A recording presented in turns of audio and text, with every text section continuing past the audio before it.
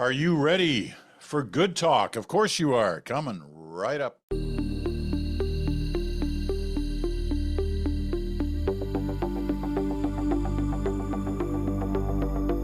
hello there, Peter Mansbridge here, along with Chantal Hebert and Rob Russo. It's your Good Talk Friday, and as always, lots to talk about, especially on the main issue, which of course is this relationship between Canada and the United States around some of the things that Donald Trump wants to do on tariffs and 51st state and you name it. It's certainly got Canadians talking. It's got Canadians worried. It's got Canadians angry. And today we're going to try and bring you the latest on some of this. I want to start, and then Rob, you can start me on this. I want to start with two quotes from Donald Trump, two very short quotes. One, Trump on Canada. It is. Canada has been very abusive of the United States for many years. We're not well treated by Canada. And then Donald Trump on Russia. This is following his conversation with Putin yesterday or the day before. We each talked about the strengths of our respective nations and the great benefit that we will someday have in working together. What does that tell us about our situation right now? Rob, you start.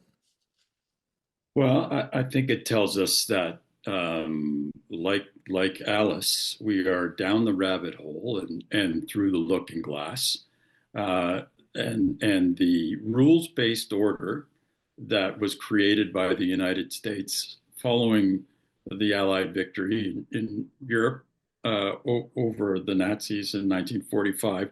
That rules-based order that kept the peace for 3 or 4 generations, for our generations, our kids' generations, our grandkids' generations, that rules-based order that allowed for prosperity and security for all countries who followed the US into that rules-based order for 80 years. That's over. That is over. And so what we have now are larger powers, Russia, China, and now the United States under Donald Trump, willing to not just outline spheres of influence, but carve up portions of the globe and offer protection, but in terms of transactional protection. In other words, you want tariff-free access. You want us to defend you, is what Trump is saying to Canada. You're going to have to join the United States. Ukraine, you want our help in taking on the guy who rumbled into your own countries, bombed your hospitals. You're going to have to give us your rare earth minerals. So we're seeing the beginning of the dismantling of that rules-based order. I fear that we're going to see the collapse in Kananaskis at the G7 that's being held in Canada in June. And we may begin to hear, based on what Donald Trump is saying, he's already saying Russia should come in. If Canada's the 51st state in his mind, how long before he says Canada shouldn't be in the G7 and Russia should be in?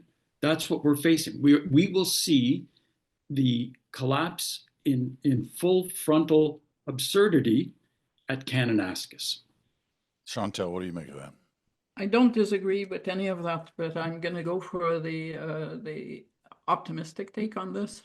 For one, I don't believe American civil society is quite where Russian civil society has had to be, or Chinese civil society. There is still enough elements of a democratic society in the United States for pushback to eventually gel into something more serious. And as you know, people who have lived in a democracy for almost forever, which is the case of the United States, do not suddenly stop being citizens who believe that they have rights and they have expectations of their own government that go beyond the nationalistic, imperialistic language that is being used these days. Second, Rob is right about the post-World War world order being challenged in a major way. by the current US administration.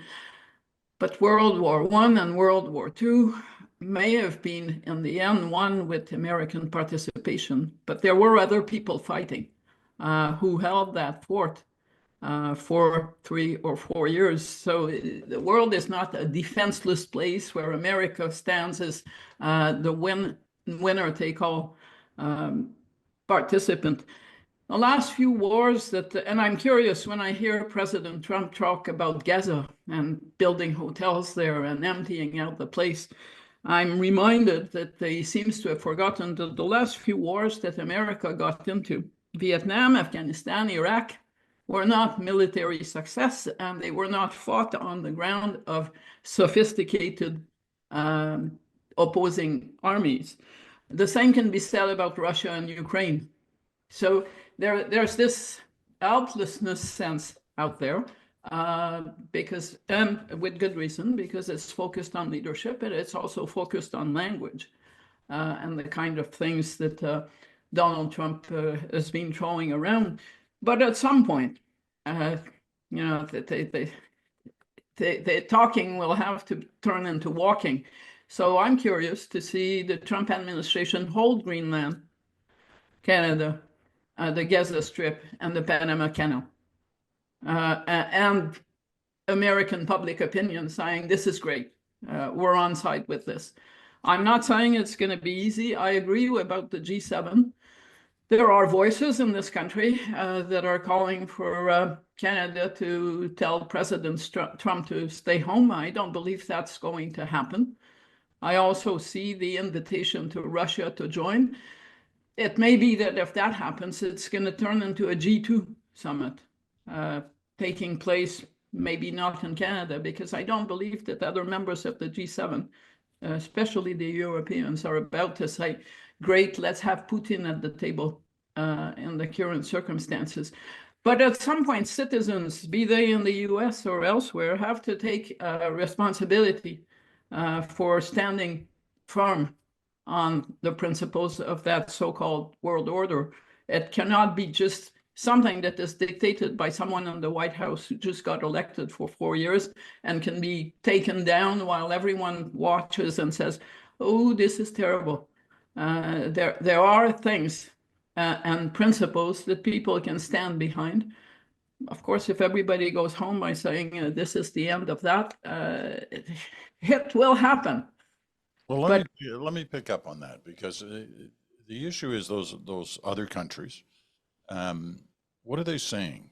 Why are they being silent when one of their allies is under attack? I mean, I hear you on Greenland, I hear you on Panama, but Canada is a NATO ally.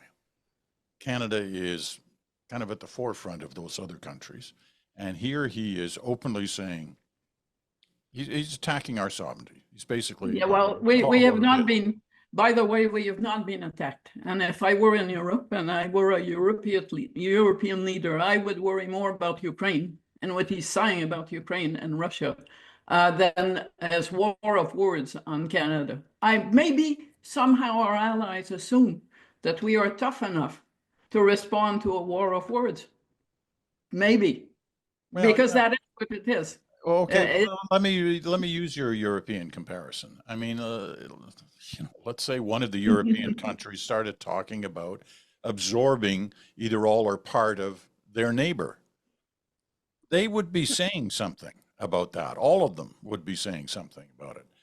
But, I go back to what Rob said, I don't know, 3-4 weeks ago, where he said, what I'll be watching for is what are our friends saying? What are they saying?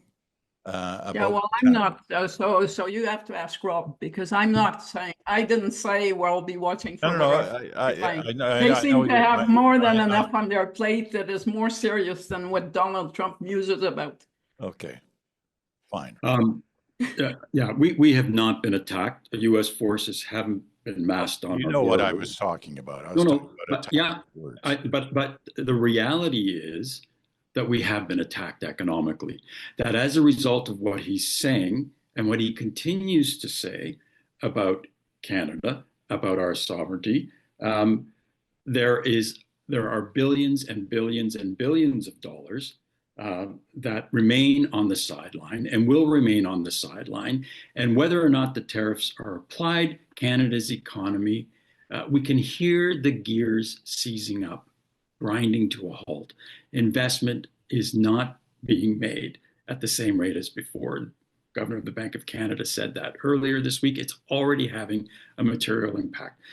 He said that he was going to launch an economic war. The war has begun. The shots are being fired constantly. We're paying a price. As to where our allies are, I think they were I think standing firmly in silence behind us, and using us perhaps for cover, because now he has put the European allies on the tariff firing line with his notion, what he calls reciprocal tariffs. Now, he's not entirely wrong there. Okay, the United States allows foreign automobiles to come into the U.S. with a 2.5% tariff, whereas they face, I think, a 10% tariff, at least in Europe, and higher tariffs in places like Japan. So they knew that Canada and Mexico were in effect the chickens that were being killed in order to scare the monkeys. They were trying to find out if they were chickens or if they were monkeys. Were they being scared? Whereas a lot of people might think the monkey is really, they're trying to send a message to China. But in the meantime, there's a lot of dead chickens starting to pile up. And that's who we were. So they were silent that way, saying all kinds of things. You talk to diplomats in Ottawa, lots of things murmuring about how crazy Trump is, but not saying anything publicly because they knew they were next. We will find out. We will find out at Kananaskis whether or not they support Canada. Canada, in many ways, shouldn't be in the G7 if you go by the 7 largest economies in the world. We're not there. I think we're number 10.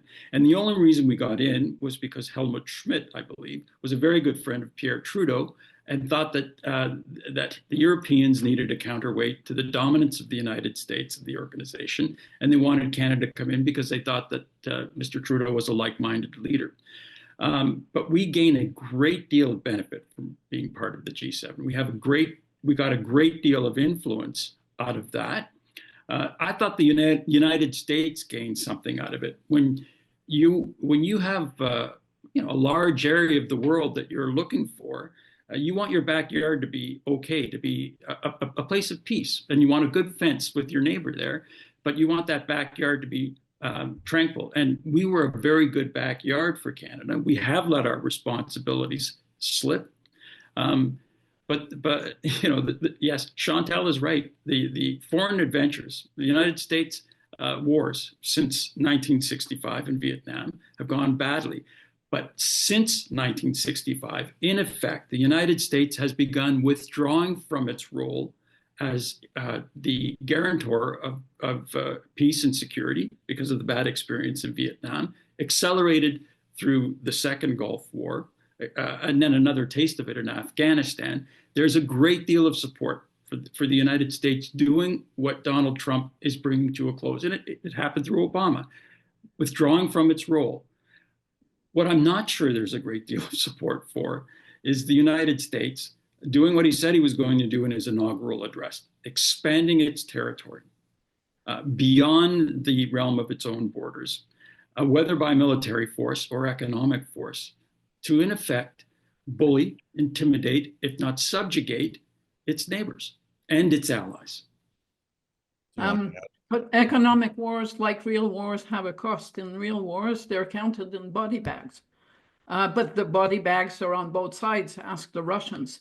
In an economic war, the economic body bag will not just be Canadian body bags or European body bags. They will take the shape of American consumer body bags. So you can't have a war without casualties. I don't think that the Americans who supported Donald Trump, and the half of them that did not, signed up for an economic war that sees them lose buying power, they have to pay more for just about everything, which is where this is going. So at some point, I understand the why are our friends not saying this or that? Our friends maybe are more sophisticated than us in this, that they know what a 4-year period means. It basically means do not squander your ammunition and keep your powder dry during the first 4 months.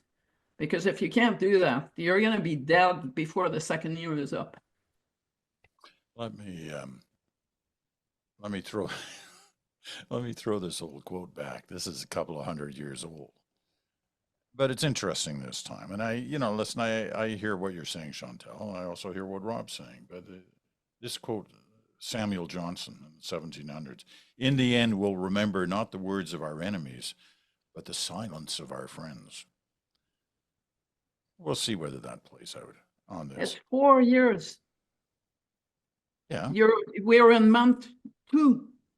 Well, 4 years can establish a lot of things. Yes, but in 4 years, As we've watched by some of the successive American administrations that have changed party lines, sometimes they don't change what was instituted.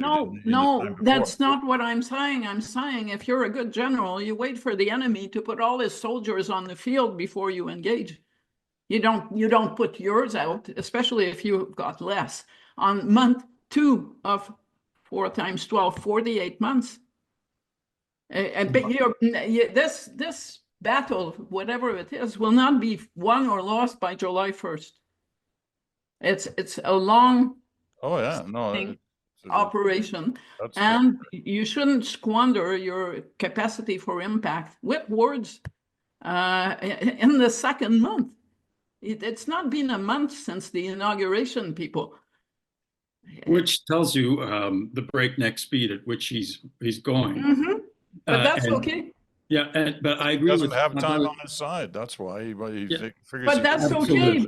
But the more fronts he opens, the more he's going to have to then protect them. You want him, if he's going to do that, you want him to do it in a chaotic way. You don't want him to have focus. True enough, and I do agree that we have to sort of garde notre sang-froid. We have to remain cool. But in the meantime, there is a cost. Chantal and I were both at a conference with automobile dealers a couple of days ago in Toronto, and they are feeling the cost. They are worried. They were looking for some sort of direction from CEOs, and they got some from Detroit, where it was very unusual to hear the CEO of Ford basically say that Trump's tariffs, particularly on Canada and Mexico, were going to blow a hole into the North American auto industry. So there is a cost. I believe there could be a cost, and up until now, we've been very lucky to our national unity. He says he wants Canada to be a state. I don't believe he really wants all of Canada. He doesn't. But would he take the energy producing areas of the country? I mean, he wants to make Ontario impoverished by getting rid of what's left of its auto industry. But would he take yeah, he probably would, where there are a lot of conservative voters. And if he could do that, if he could grind us down, he'll do it. I don't buy the assumption that conservative voters are by necessity people who will want. I understand that the people who want the minority that are interested tend to be conservatives. But I do not believe Albertans as a whole or conservative voters as a whole or people who wake up in the morning dreaming to be Americans. I don't see that. I agree. And it's actually quite heartening to see the reaction. Anybody who watched the Canada-Sweden hockey game the other night, listening to 20,000 people in the Bell Center in Montreal drown out the anthem singer because every single person was singing at the top of their lungs. A bilingual version of "O Canada" was something. There's something, as we said last week, there's something going on. If you thought that was something, wait till tomorrow night when it's Canada versus the U.S. It'll be interesting to see how that plays out in the arena. Okay, we're going to take our first break. I will, given Chantal is in such a feisty, I will not raise the issue of why hasn't King Charles spoken out on this. Leave the poor man alone. Because he's carrying Keir Starmer's water, who's trying to cozy up to Trump as well. Yeah. Okay, we're gonna take our break on that royal note with with Chantal defending the king. Leave him alone. We saw that. I defend his lack of influence. Yeah, okay. We'll we'll be back. Sorry. We'll be back right after this. I worked every single position in a restaurant, moved my way up, and ended up being a regional manager. But I just ran out of inspiration. So my girlfriend was the one who got me on TikTok. It allowed me to build this global community, knowing that millions of people are watching you, gave me mad confidence. I get to meet the coolest people in the world, travel, the passion came back to life, and now I'm making a living out of cooking again. And it's the best thing I've ever done in my life. Voila. Right, you're listening to The Bridge, the Friday episode, which of course is Good Talk with Chantal Hebert and Rob Russo. I'm Peter Mansbridge. You're listening on Sirius XM Channel 167 Canada Talks, or on your favorite podcast platform, or you're watching us on our YouTube channel. Glad to have you with us.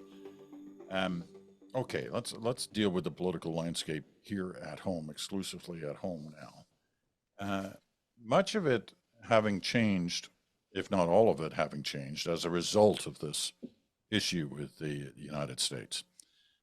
We have witnessed poll after poll after poll, a tightening of the race, which looked like a blowout just a few weeks ago.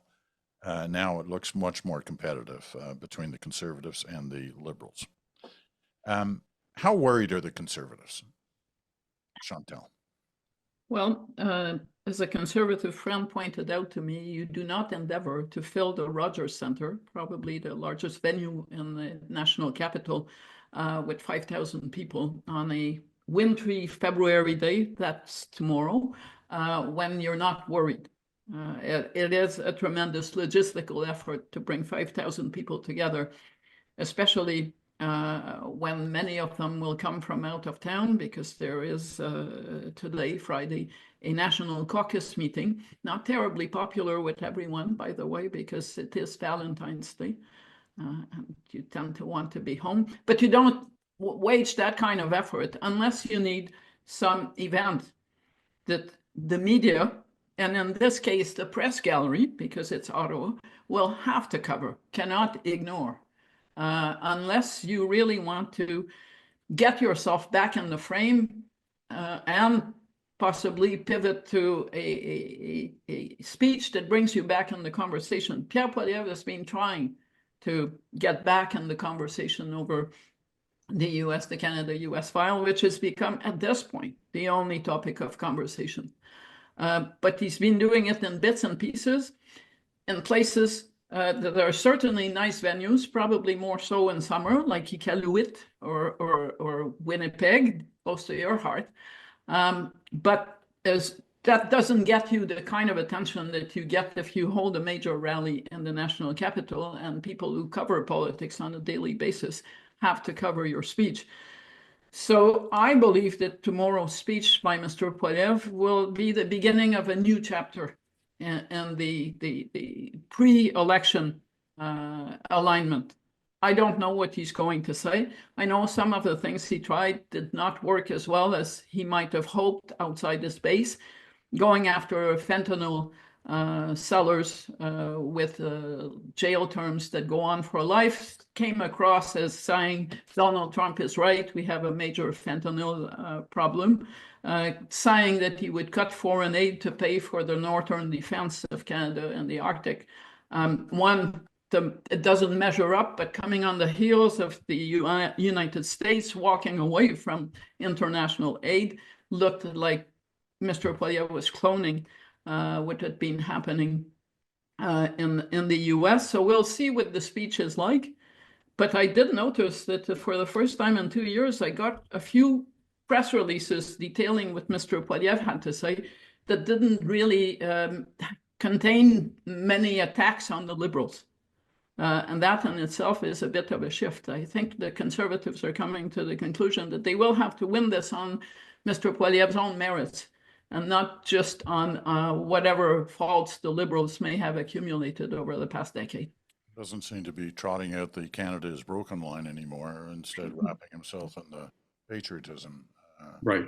When your slogan for the last couple of years has been Canada is broken, and the entire country is mobilizing to say Canada is worth fighting for, and we are prepared to fight for it.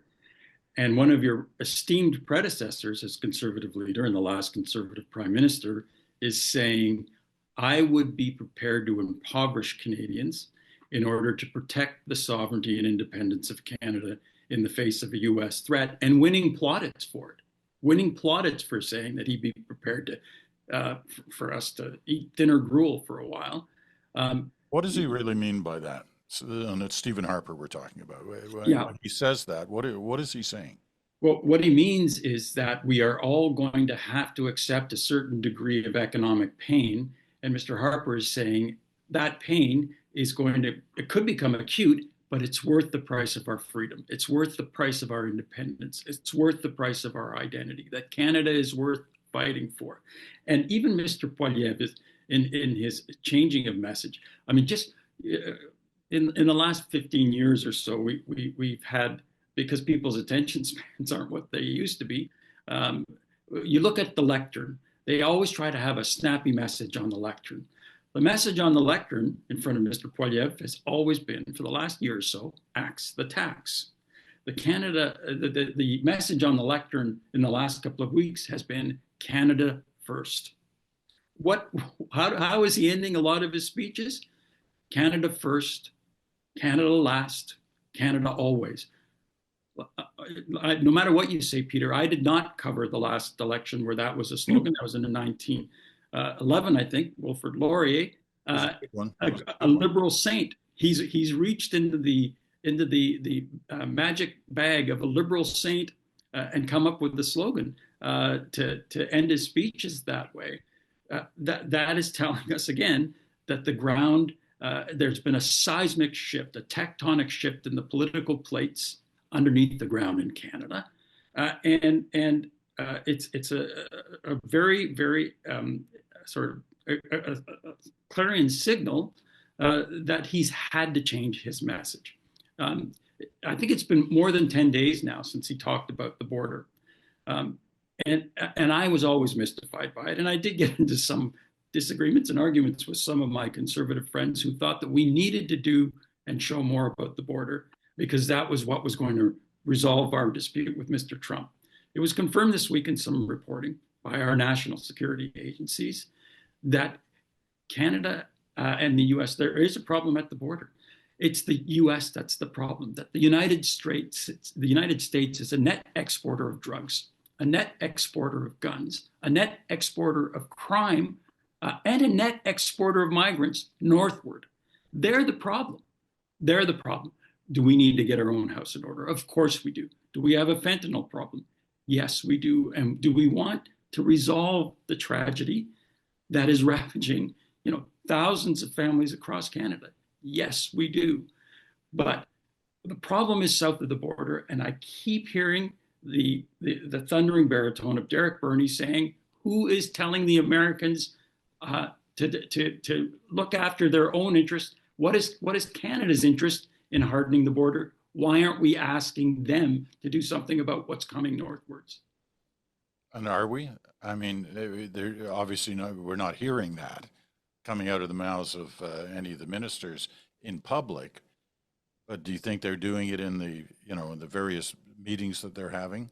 I'm convinced that they are. Yeah. But at some point, it's what we're not really saying is by looking like we're going through what is expected to shore up our border, we are also doing it in our own self-interest. Because Rob is right. And it stands in the case of migrants, for instance, it stands to become a bigger issue. Remember Roxham Road and all those migrants pouring into Quebec via irregular ways into the country. But I think the reason they're not pushing it harder is they don't want nobody, not the Conservatives, not the Liberals, want to have a discussion about the safe third country agreement between Canada and the US, and the notion that maybe the US is no longer a safe country where you can send migrants back. And that opens up an entire new can of worms. So there are discussions that we are not trying to have, or at least at this point. But looking at what's been happening over the past few weeks and thinking of the Conservatives, it sounds obvious to me that we will be in Trump land dominated if and when there is when the new leader of the Liberal Party is chosen. It seems obvious to me also that we should resolve our election issue sooner rather than later and have a government that has a fresh mandate from voters. I think anyone we elect will have a clear mandate from voters to fight back on the tariff war front. But we need someone who's not doing this with one hand tied behind his or her back because we are on the verge of an election campaign. What we don't know is whether by March 10, it will be necessary to bring Parliament back to pass some measures to help selected industries or individuals. That's at the speed we were talking earlier about. It's not been a month since the inauguration. Well, at this rate, who knows what the environment will be like on March 10th when the new Liberal leader has been selected. But the Conservatives, I think, need to work on something that they haven't since Mr. Poilievre has become leader, and that is present Canadians with a team that is sturdy enough to meet this challenge. And at this point, I am not saying there are not people in caucus who are talented or who could be up to some of the heavy lifting. I'm saying we haven't seen anything of them, except to parrot Mr. Poilievre's lines in the House of Commons. That needs to change. And I'm not sure that they get the message. I got this news release yesterday, brand new campaign from the Conservatives. It's all about Mr. Poilievre's wife. I have nothing against Mr. Poilievre's wife, but she does not qualify as his finance minister or foreign affairs minister in the next government. And I wish her a happy life, but it does very little for voters who are thinking about the challenges that are going to face the next government. Okay, this goes back to my original question in this segment, because Chantal, you have been mentioning this lack of a team approach from the Conservatives for a couple of weeks now, right here on the program. But as you say, it hasn't happened, or at least it certainly hasn't happened yet. It leads to this question of how nervous are they? I mean, what are you hearing from the ground level of the Conservative Party and the Conservatives you talk to? Are they, they've been 100% obedient of Pierre Poilievre since he was elected. Are they antsy right now, Rob? Well, it is unusual that they're going to have a caucus meeting in the middle of a long winter break. I think that that's reflective of some of the unease that's out there. They are getting a lot of questions from people outside the OLO, wondering what the plan is for dealing with what is clearly an erosion of their support for now. There are questions about candidate recruitment that a lot of people are asking. And look, I have my own unofficial kind of focus group. I talked to some people in Lethbridge who are Conservatives and some people in Almonte, Ontario, outside of Ottawa who are Conservative. And the other concern is that now that Mr. Trudeau is leaving, that Mr. Poilievre's tendency to go for the club when the rapier would do is a handicap. And they want to know what is going to happen with that. When people are looking for security, when they are looking for somebody who's going to give them a plan to deal with what are difficult times, is Mr. Poilievre's penchant for the jugular? Is that something that they want from their leader right now, particularly when it comes to a partisan penchant for the jugular, as opposed to a penchant for the jugular when it comes to defending Canada's interests? There is some nervousness about that. That the demeanor of Mr. Poilievre, which hasn't been a handicap to him for 2 years, it hasn't. But I think Conservatives are in essence saying nobody cared if he was relentlessly partisan when Justin Trudeau was there. Now that there are other issues that are more serious, that are more pressing, that will compel Canadians to make sacrifices. This is a man who's campaigned very, very adroitly, Pierre Poilievre, in identifying how difficult it's been for Canadians to get ahead, younger Canadians, working class Canadians to get ahead. How is he going to move into a campaign era where we are going to have to ask people to sacrifice, perhaps? Is he capable of doing that? After telling people, you sacrificed too much, you've been left behind, is he going to be able to tell people, you need to sacrifice some more now? I don't believe that Stephen Harper's intervention, as public as it quickly was divorced from the ongoing dynamics in the conservative movement. What did Stephen Harper say? You have to stop telling people that all will be okay and it's all the Liberals' fault. We are in something that is more serious. What was he telling basically Pierre Poilievre? Yes, there is a significant constituency within your movement that thinks Trump is great and the 51st state idea is good. You must disregard that. You cannot cater to both anymore. It's the expression in French is to try to sauver la chèvre et le chou, the cabbage and the goat. You can't have both. So the goat needs to be eating that cabbage if you're going to win the election. And it's complicated. We've talked about, the free trade election and how free trade came to dominate the entire campaign. But the dynamics were different. In the free trade election, you had the Liberals warning against this agreement, and the Conservatives selling this agreement to the country. In the next campaign, you will have the two major parties vying for who has the more efficient plan to deal with Donald Trump. That's different. It's harder because you can't be poking holes in what the government is doing as leader of the opposition in the current climate. And I think the Conservatives recently gave up hope that we could settle this with the border and fentanyl, and that they could go in the campaign saying, see, we wouldn't have had all this trouble if Justin Trudeau had been up to the job and the Liberals had done what needed to be done in time. I think they now have given up on this faint hope. But how do you position yourself? This is not a great time to be the leader of the official opposition. Regardless of who you are, it's a really, really tough time. It's as bad as during the pandemic, the early stages of the pandemic. And the election campaign is going to take place in that environment. So I'm curious to see how that happens. And the other thing I'm curious about, and I'm sure they're happy that we have so far not mentioned them, is what happens to the NDP. Because what I see is this movement of the New Democrats traditionally going for une valeur refuge, a place that stands to oppose two things, Trump and Pierre Poilievre, and that at this point is looking like the Liberal Party under a different leader.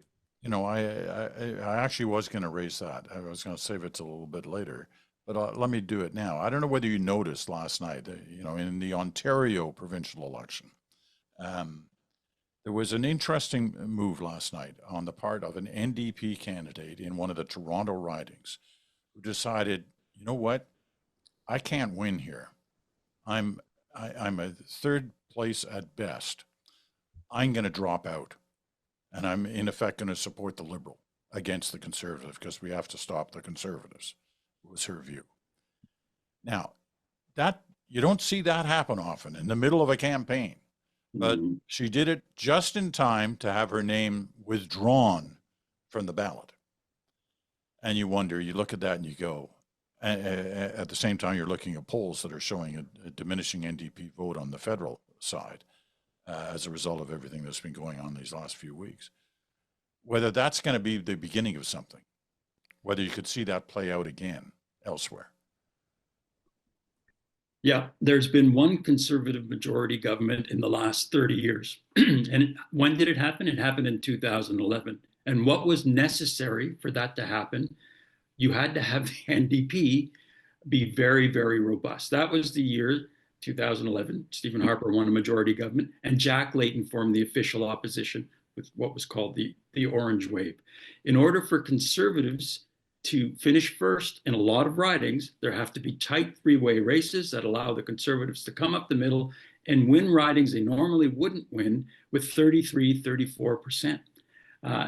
And so there are a lot of nervous Conservatives when they see what's happening right now. And what's happening? There are, in effect, New Democrats nationally doing what you saw in that riding in Ontario. They're saying, we do not want Mr. Poilievre to be the leader, so we are going to go to Mark Carney and the Liberals. Mr. Carney, is eating more of the NDP's lunch than he's eating of the Conservatives' lunch. And that's been the recipe for Liberal majorities for almost 3/4 of Canada's history, modern history, political history. And that's rattling for Conservatives. And I think it's got to be disconcerting for New Democrats as well. And it's one of the reasons why I think we saw Jennifer Howard, the campaign manager for Mr. Singh, telling New Democrats to get ready. That they believe if Mark Carney is the leader, and they think that he will be, that they need to get ready for a very quick election shortly after after the leader is crowned in 3 weeks, and to start nominating candidates. I think they've nominated about a little bit more than a third of their candidates, but let's get going, let's get ready, because this is going to happen. And she didn't say we're in trouble, but she's trying to crack the whip a little bit. If you can't read, a grade 5 kid could read, you're in trouble looking at any of the polls. To your question, I think by and large, with few exceptions, the NDP is too weak for it to be worth the Liberals' while to hope that their candidates decide to leave before the end of the campaign, so as there are no splits. I watched, like all of you, Mr. Singh tear up 22 times and metaphorically this agreement with the Liberals. That goes back to last fall. I don't understand why only 1/3 of the ridings have candidates at this point for the NDP. If you are so ready for an election that you want to end your relationship with the Liberals that is preserving you for an election, wouldn't you be on full election footing by now? Would you really need to be told on February 10th that there might be an election called in about a month and suddenly you need candidates? I think the larger fear for the NDP is watching, for instance, I was watching this trade council that is supporting the prime minister at this point in the Canada-US file, and there was a photo op and they were all sitting behind Mr. Trudeau, and there was Brian Topp, a major strategist of the NDP, an architect of Mr. Layton's Orange Wave, and there was Rachel Notley, the NDP Premier of Alberta, who just recently left the provincial seat, seen as leader of a rather strong opposition NDP in that province. And I was thinking, this is kind of dangerous. This isn't scared, spooked NDP voters going to the Liberals. It's the brains of the NDP movement who are standing behind Justin Trudeau in the name of the flag, which brought me to remind myself that in Quebec, the biggest, loudest cheerleader for Mark Carney is called Thomas Mulcair, who was a leading architect of that Orange Wave. So the message, by body language, at least, is coming from people who have brought the NDP to success in the past. And they're not just doing it because they don't like Pierre Poilievre. They're also doing it because they believe we are in a very special moment in the country's history, and also because I think they don't find at this point that Mark Carney is offensive as a candidate versus Pierre Poilievre. Okay, we're going to leave it at that and grab our final break. I do want to touch on the dirty dozen plus one going to Washington in the last few days, and what that actually really looked like. I thought it was kind of pathetic. but that's just me. Nevertheless, we'll pick that up when we come back right after this.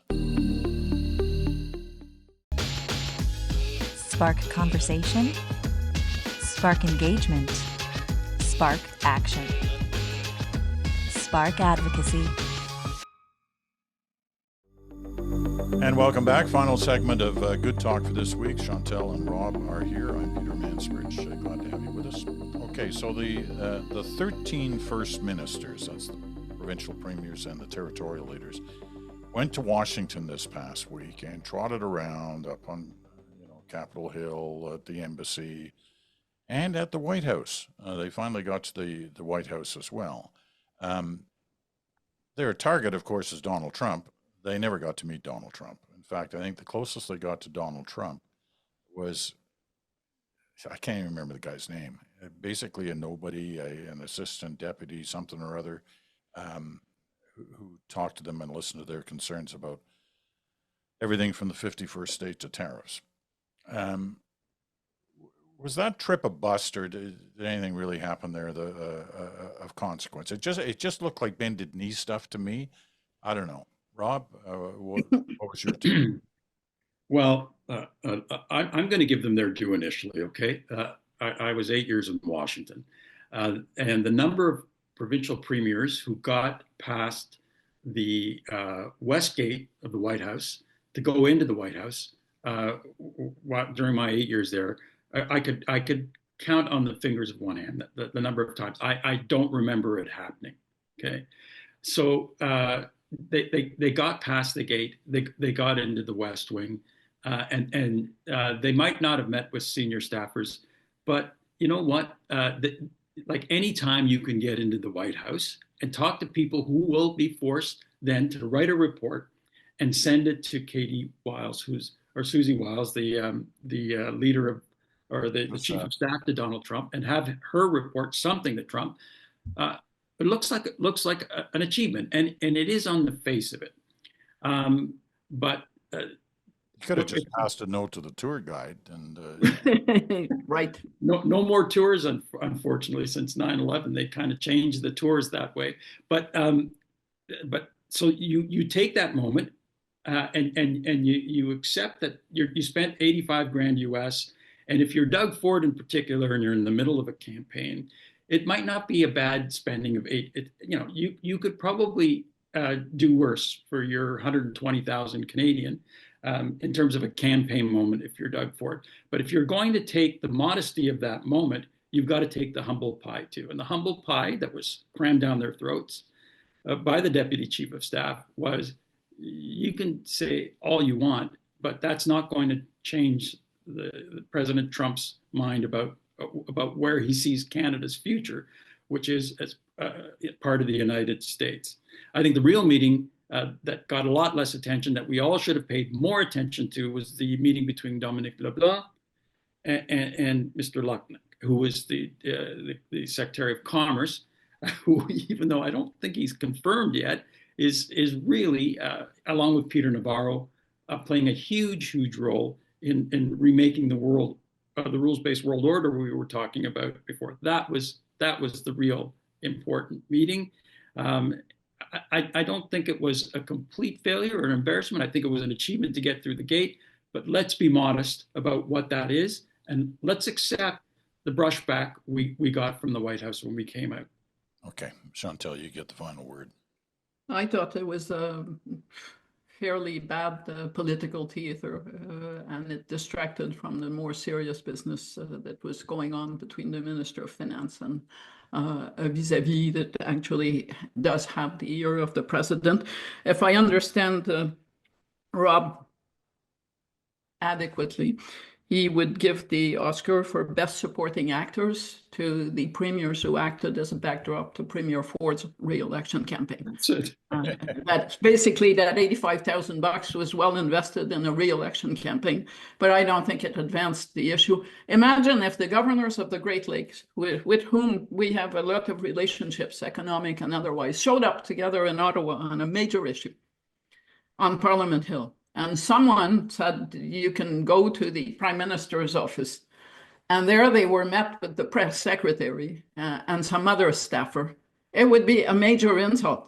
It's better not to let them in or not to have them come into the building than have them met by two staffers who afterwards issue a message to say, been there, done that, nice people, but we don't care what they had to say, which is basically what happened to them.